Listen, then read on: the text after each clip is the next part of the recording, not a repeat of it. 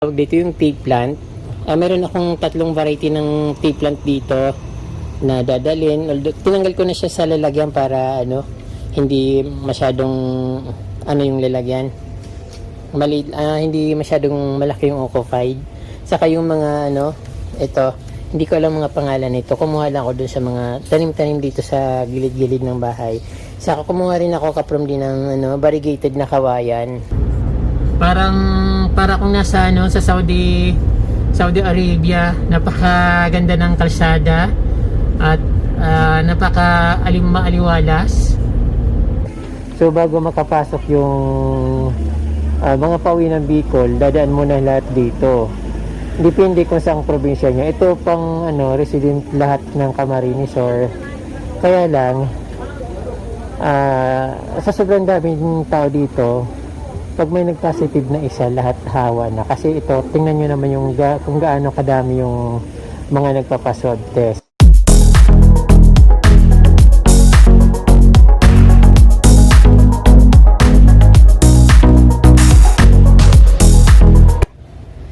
Hello mga kapromdi, uwi na ako ng probinsya.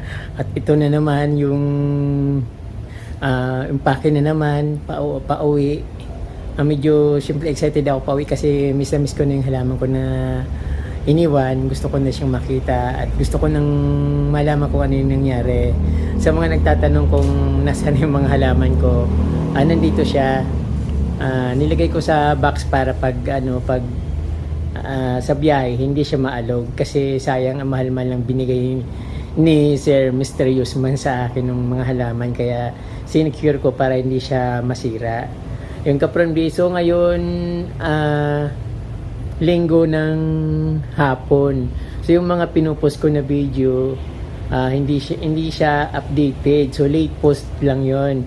So ngayon linggo, April 21. Ay, hindi mali. March 21. So mamayang gabi ang uwi namin ng Bicol. Kaya ngayon abala na ako kasi hapon na, so kailangan siguro bago dumilim alis na kami dito sa bahay. So ihatid ako ng friend ko kaya hindi ako nag-worry na sa mga halaman ko. So ang dami ko ngayon nadalang halaman, kaya ito mga kapromdi yung mga halaman ko na iuwi ko sa aking paraiso. Sana lumago siya at dumami. Yung halaman na iuwi ko, siyempre yung binigay ni Mysterious Man, yung napakabait na Mysterious Man na nakilala ko dito sa Manila. Ito yung Milaloni. So nilagay ko na siya sa box para hindi siya masira, para hindi maalog yung pagka-form niya. Saka siyempre yung mga kalatiya na mga mamahalin, yung tawag nito, yung Bophelia ba ito, saka yung Crimson. Hindi ko naman siya masyadong kabisado yung name, nakakalimutan ko kasi. Tapos ito yung red cherry na pinadala ni Sir Mysterious Man, yung binigay sa akin. Tapos ito yung rubber plant na hindi ko alam kung mabubuhay siya, yung binigay sa akin sa Bulacan, yung pinuntahan namin na hidden garden sa Bulacan. Ito siya. So may lumalabas na maliit na dahon. Sana tuloy-tuloy na siya kasi kinain siya ng snails. Pinagkaguluhan siya nung chinikod dun sa sa tinaniman ko, punong-puno ng snails, kaya nilabas ko na lang. So iyan ang nangyari, tinanggal ko yung dahon, pinutol ko yung dahon na kinainan tapos nabulok. So 2 dahon ang natira. Sana hindi siya mamatay. Ayan kapromdi. Saka yung binigay sa akin ni Inday lang na kalatiya, ayan, yung pinakamaliit.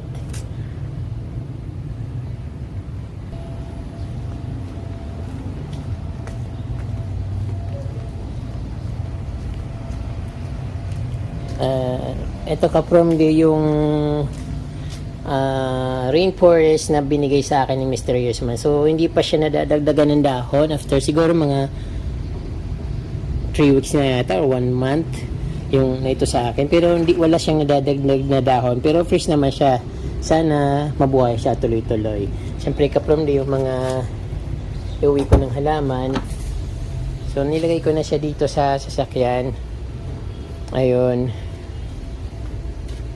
Ito pa rin yung anong tawag dito, yung tea plant. Meron akong tatlong variety ng tea plant dito na dadalhin. Although, tinanggal ko na siya sa lalagyan para hindi masyadong yung lalagyan. Maliit, hindi masyadong malaki yung occupied. Saka yung mga ito, hindi ko alam mga pangalan nito. Kumuha lang ako dun sa mga tanim-tanim dito sa gilid-gilid ng bahay. Saka kumuha rin ako kaprom din ng variegated na kawayan. Tapos yung reed na reed palm, yung ang dami kong dala. Hindi ko alam, basta reed palm siya. Tapos binigyan din ako ng ferns. Hindi ko alam kung anong variety ito ng ferns, pero malalaki yung dahon niya. Sabi paramihin ko daw, although nakakatakot tong paramihin kasi konti lang yung parang hindi siya stable.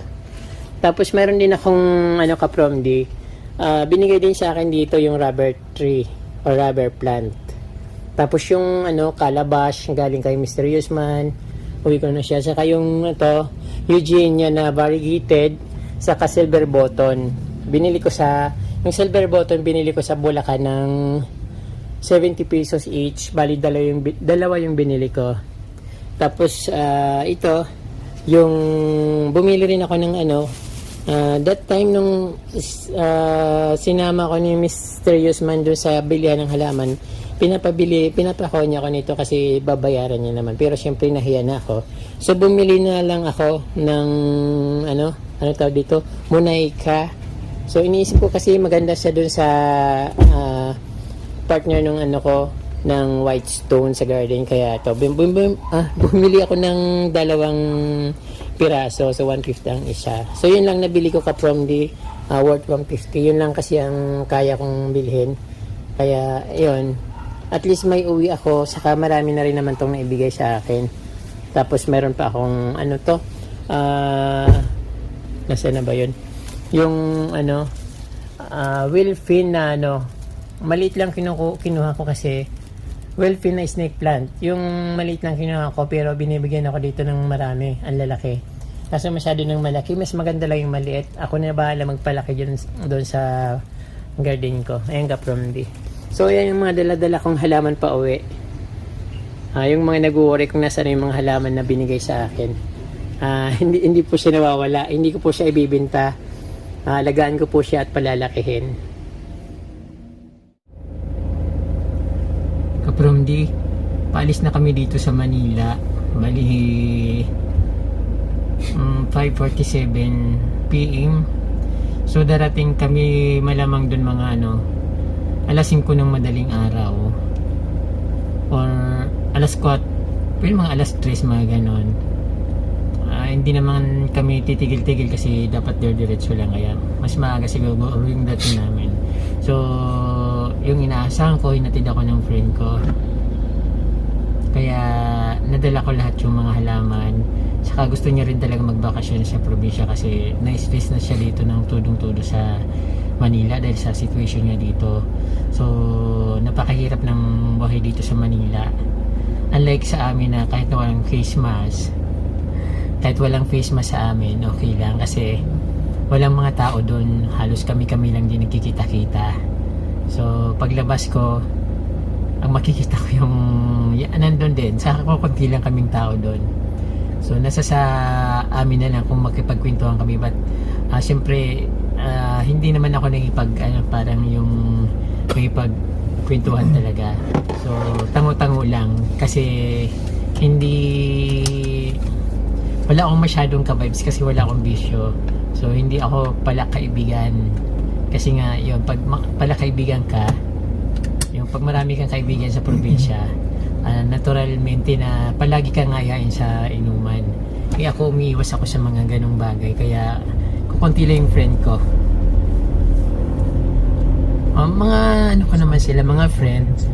Pero yun nga lang, medyo umiiwas ako palagi kasi pag nakikita nila ako, tinatawag agad ako para magtagay ba, ganun. So ayan ka-from di, paalis na kami dito.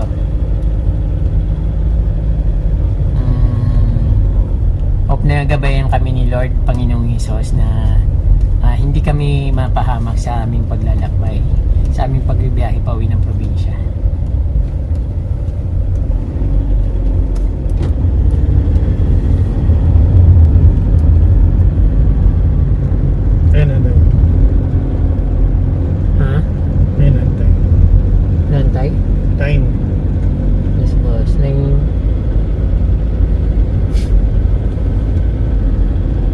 hours yung biyahe natin. So, dumidilim na ka-prom di yung alis namin dito kasi 5, almost quarter to 6 na. This is West Avenue in Quezon City. So, mag-skyway kami from Quezon Avenue to South Luzon Expressway. Then, diretso na sa tuloy-tuloy na sa amin.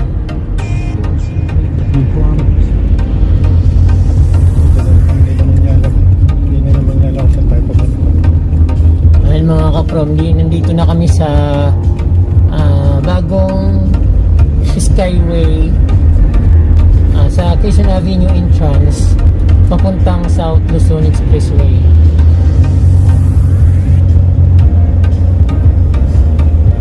Medyo tahimik na tahimik rin dito. Kunting-kunti lang mga sasakyan. So parang probinsya na lang ang dating ng Manila. Although medyo ano pa rin naman, maramdaman mo pa rin na highly urbanized city ka. Kasi dahil sa mga structures, yun. Unlike kasi sa probinsya, hindi rin nagganong maraming tao pero yung maraming mga puno makikita. So ramdam na ramdam mo yung nasa province ka. Dito maraming mga matataas na buildings.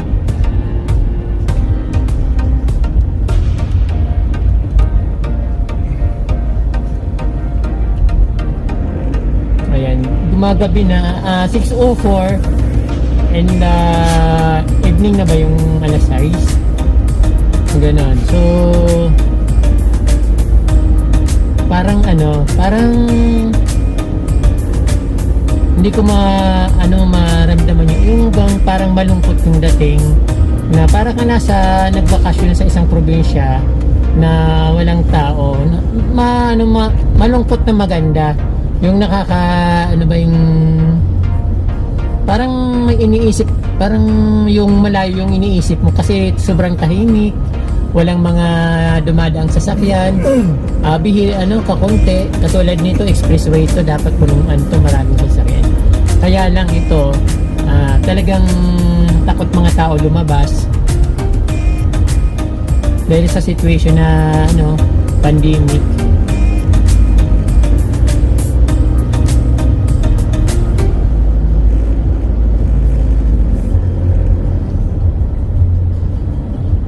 Yung nakikita natin na building sa unahan ay yan ng SM Properties.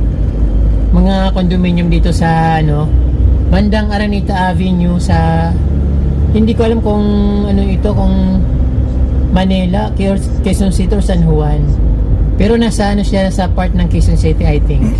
Kasi sa kabila SM City, Santa Mesa. So Santa Mesa is part of Manila. Magkabilaan lang sila.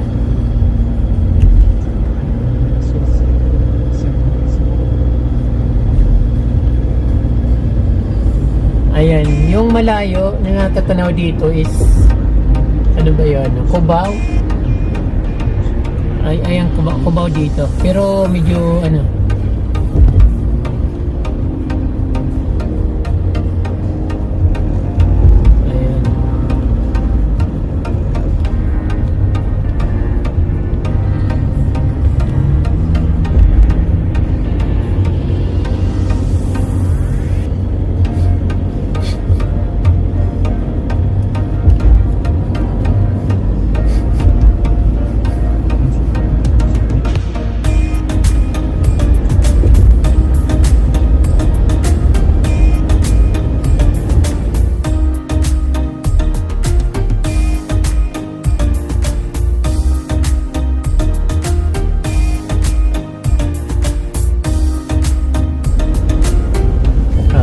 Kanina kasi nagla-lockdown yung simbahan. Natakot sila baka hindi makabalik. Natakot din tuloy baka mag-lockdown ng Manila. Pag papunta Manila, walang problema. Hindi pa, pag nag-lockdown, hindi ka makakapasok na Manila. Pero walang yun. Pero alam nila na pupunta ka Bicol. Oo naman. Hindi pa alam na papunta.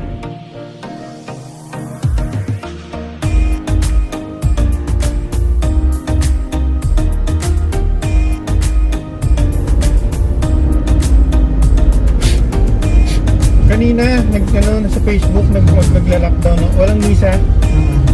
Siyempre, baka sumunod yung ano.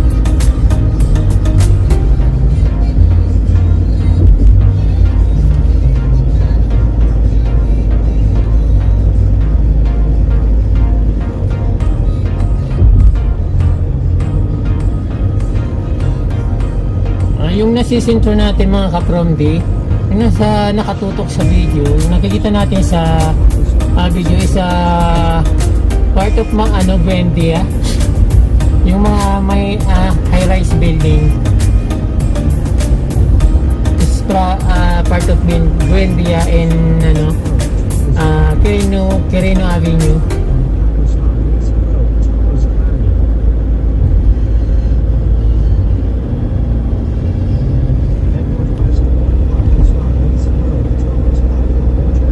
Tabing yung video ko ba? Cellphone ko. Sasakyan mo. Ang sasakyan ng tabi mo. Sino mo yung building tabing iba? Dumiretso na.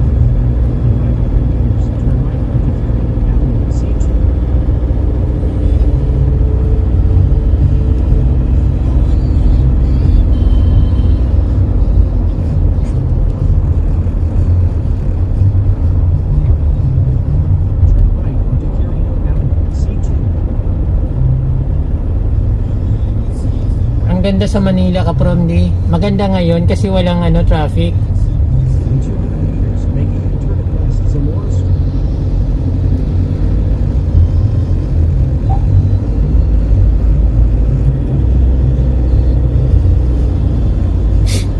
May police yung Skyway.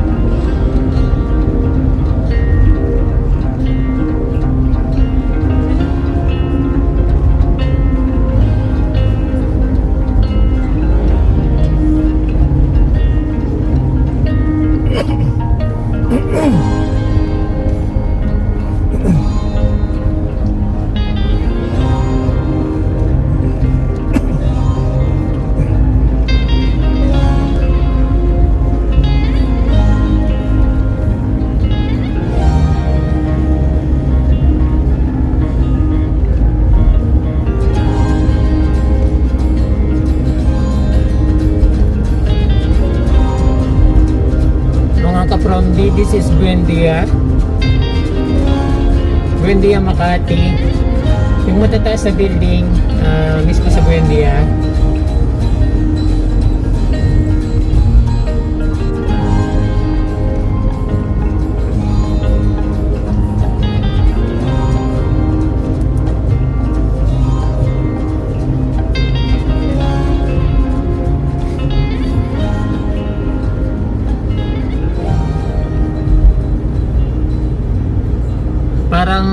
Para kung nasa sa Saudi Arabia. Napakaganda ng kalsada at napaka-maaliwalas.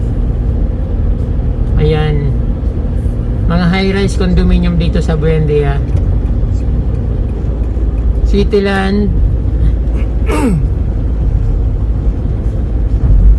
I think it's Ayala na hindi na siya hindi na Buendia, Ayala na ito.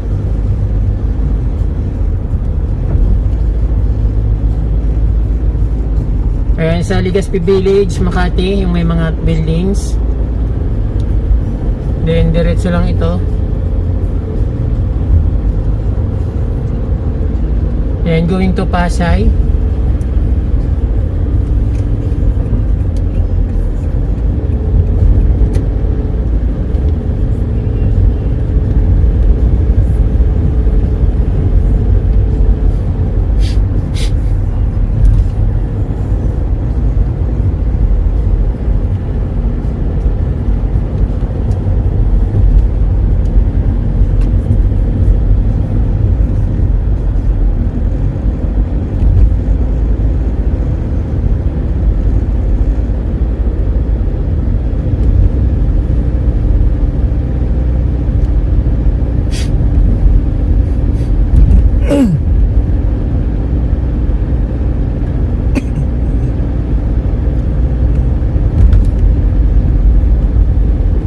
Nasa ano na kami, nasa between Pasay and Makati.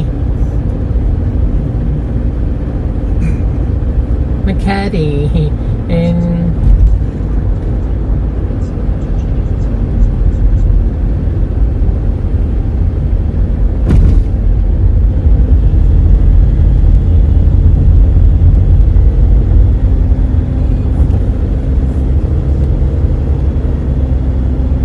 papasok na kami sa NLEX mga kapromdi. SLEX. SLEX.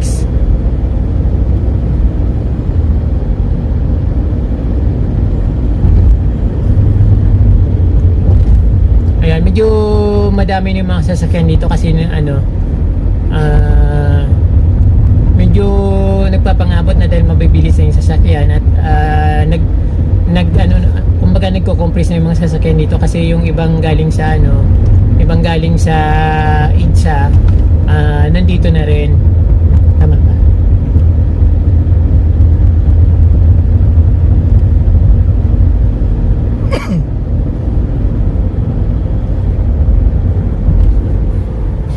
Kahit gabi. Yan yung sa video, yung parang Kahit gabi maganda. oo, biglang kikita.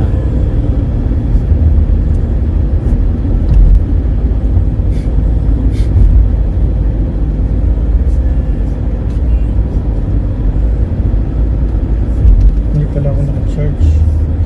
Hindi mo sinag-charge. Mag-charge ako mamaya kasi nagluluto na ako. Naka-charge yan. Naka-charge. Bakit kasi yung delay? And kapromdi yung tulay papunta sa nasa taas is papuntang airport.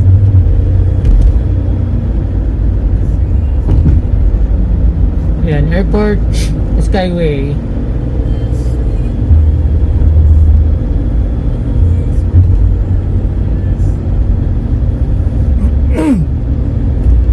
So yung nangyayari dito sa swab testing dito sa bayan ng Del Gallego, Camarines Sur. So bago makapasok yung mga pauwi ng Bicol, dadaan muna lahat dito. Depende kung saang probinsya nyo. Ito pang resident lahat ng Camarines Sur. Kaya lang sa sobrang daming tao dito, pag may nag-positive na isa, lahat hawa na. Kasi ito, tingnan nyo naman kung gaano kadami yung mga nagpapaswab test. Yung pila halos na magkakadikit hindi kami magkakasama, magkakaano kami dito, kanya-kanya kami sasakyan, tapos pinapara bawat isa, tinatanong kung saan ang punta. So yung papuntang Albay, Sorsogon, diretso na, hindi na hinaharang. Although tinatanong ko kung saan pupunta, pero after na sabihin kung saan pupunta, so pag sinabing Albay, Sorsogon, so diretso na sila kasi meron silang sariling swab testing. Kaso lang dito sa sobrang daming tao, baka mas dumami pa yung may COVID just in case na meron may COVID dito sa amin dito na nakapila. Instead na makontrol, dadami pa, mag-spread lalo kasi sa sobrang dami tingnan, hindi na nasusunod yung social distancing. Halos parang fiesta. Ganun yung nangyayari dito sa swab testing dito sa Del Gallego, Camarines Sur. Mas nakakatakot ng ganito.